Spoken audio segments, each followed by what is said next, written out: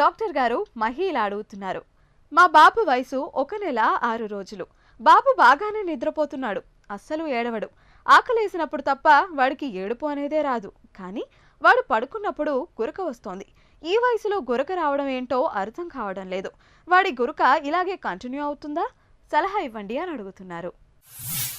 మహి గారు, నెలన్నర పిల్లలకి నాయిసీ బ్రీదింగ్ అనేది కొద్దిగా ఆలోచించవలసిన విషయమే. పిల్లల్లో నాయిసీ బ్రీదింగ్ అనేది from anywhere from the nose starting నుంచి బట్టి లంగ్ వరకు ఈ ఎయిర్వే కండక్షన్ సిస్టమ్ ఎంతవరకు ఉందో ఎక్కడన్నా కానీ ప్రాబ్లం ఉంటే నాయిసీ బ్రీదింగ్ రావచ్చు. సో నోస్లో కొద్దిగా బ్లాక్ ఉన్నప్పుడు, సెక్రిషన్స్ ఏమైనా ఎక్కువ ఉన్నప్పుడు, లేదంటే నోస్ లోపల పొరలు ఏమైనా బాగా థిక్నెస్ ఎక్కువైనప్పుడు, లేదా కొన్ని పొరలు బాగా ఎక్కువై ఒక నోస్ బాగానే మొత్తం బ్లాక్ చేసినప్పుడు మీకు నాయిసీ బ్రీదింగ్ రావచ్చు. అలాగే నేసల్ సెక్రేషన్స్ ఉన్నప్పుడు కూడా మీకు నాయిసీ బ్రీదింగ్ రావచ్చు. కొన్నిసార్లు ఆ లారింజియల్ మజిల్స్ సాఫ్ట్గా ఉన్నప్పుడు అది కొలాప్స్ అవుతూ ఉంటాయి.